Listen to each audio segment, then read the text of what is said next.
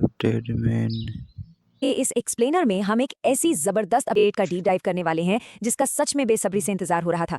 CRPF यानी central reserve police force ने constable, technical, tradesman और पायोनियर पदों के लिए अपनी 2026 की रिक्रूटमेंट नोटिफिकेशन जारी कर दी है। तो चलिए बिना वक्त गवाएं इस ऑफिशियल नोटिफिकेशन की हर एक बारीकी को डिटेल में डिकोड करते हैं। सबसे पहले इस नंबर पर गौर करना बनता है, 9195। यहाँ हम कोई 2-4 वैकेंसीज की बात नहीं कर रहे, सीधे 9000 से ज्यादा पदों पर भर्ती निकली है।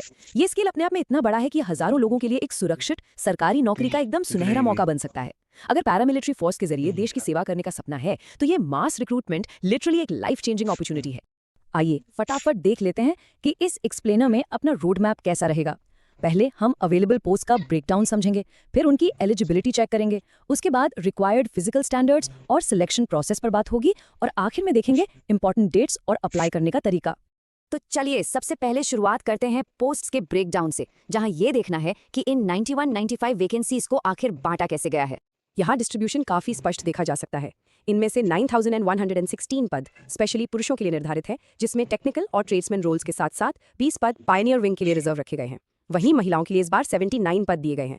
शुरुआत से ही नंबर्स को समझना जरूरी है ताकि आगे की तैयारी बिल्कुल सही दिशा में की जा सके।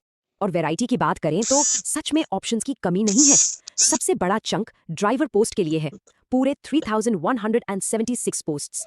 उसके बाद कुक्स के लिए 1426 और ब्यूगलर्स के लिए भी 1263 पोस्ट्स उपलब्ध है। यही नहीं, मोटर मैकेनिक, सफाई कर्मचारी, धोबी, माली, बढ़ाई, लगभग हर एक यूनिक स्किल के लिए यहाँ अच्छी खासी वैकेंसीज मौजूद हैं। एक तरह से हर किसी के लिए यहाँ कोई ना कोई फिट जरूर मिल जाएगा। अब आते हैं दूसरे सबसे इंपॉर्टेंट हिस्से पर, एलिजिबिलिटी। आखिर इन अलग अलग रोल्स के लिए पात्रता क्या तय की गई है। यहाँ आयु सीमा यानी एज लिमिट का फंडा थोड़ा समझने वाला है।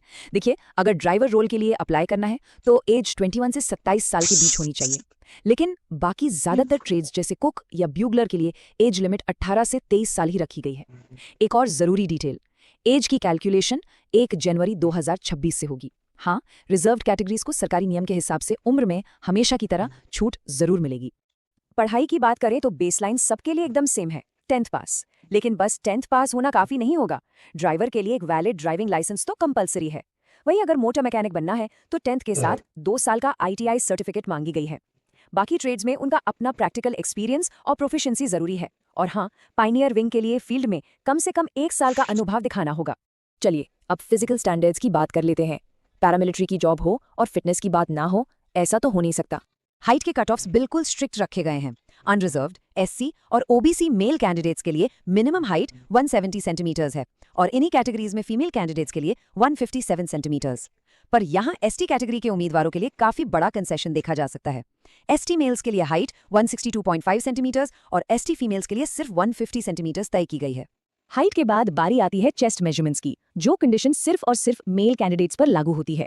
UR, SC और OBC मेल्स के लिए बिना फुलाए चेस्ट 80 सेंटीमीटर्स और फुलाने के बाद 85 सेंटीमीटर्स होनी चाहिए, यानी 5 सेंटीमीटर का एक्सपेंशन जरूरी है। ST कैंडिडेट्स को यहाँ भी थोड़ी राहत मिली है, उनके लिए माप 76 से 81 सेंटीमीटर्स के बीच रखा गया है। अब समझते हैं कि इस सिलेक्शन का असली सफर कैसा होने वाला है। चयन प्रक्रिया आखिर काम कैसे करेगी। इस पूरे प्रोसेस को 4 अलग अलग स्टेप्स में बांटा गया है। सबसे पहला हर्डल एक कंप्यूटर बेस्ड टेस्ट है। जो लोग इस एग्जाम को क्लियर करेंगे वो फिजिकल टेस्ट यानी दौड़ और मापतोल वाले PET और PST राउंड में जाएंगे। तीसरे नंबर पर डॉक्यूमेंट वेरिफिकेशन होगा, जहां सर्टिफिकेट्स असली हैं या नहीं ये बारीकी से चेक होता है। और सबसे आखिर में होगा एक कड़ी मेडिकल एग्जामिनेशन। इन चारों लेवल्स को जब सक्सेसफुली पार कर लिया जाता है तभी फाइनल मेरिट लिस्ट में नाम आता है। आखिर में बात करते हैं सबसे एक्शनेबल इन्फॉर्मेशन की, यानी फॉर्म आखिर भरना कब है और कैसे भरना है।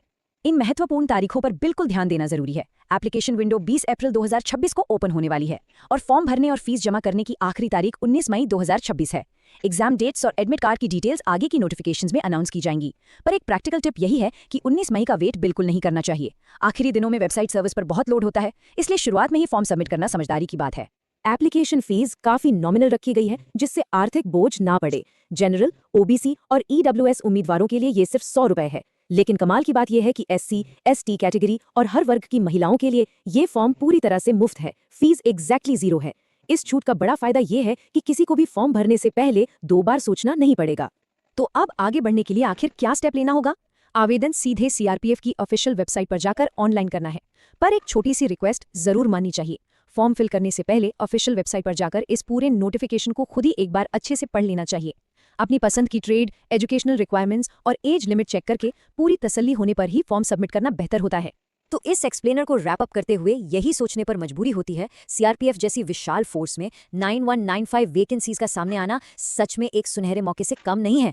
चाहे स्किल ड्राइविंग की हो, कुकिंग की हो या मैकेनिक्स की, हर किसी के लिए एक सॉलिड करियर पाथ वेट कर रहा है। तो क्या ये ऑफिशियल नोटिफिकेशन उस नई और सुरक्षित शुरुआत का पहला ठोस कदम बन सकती है?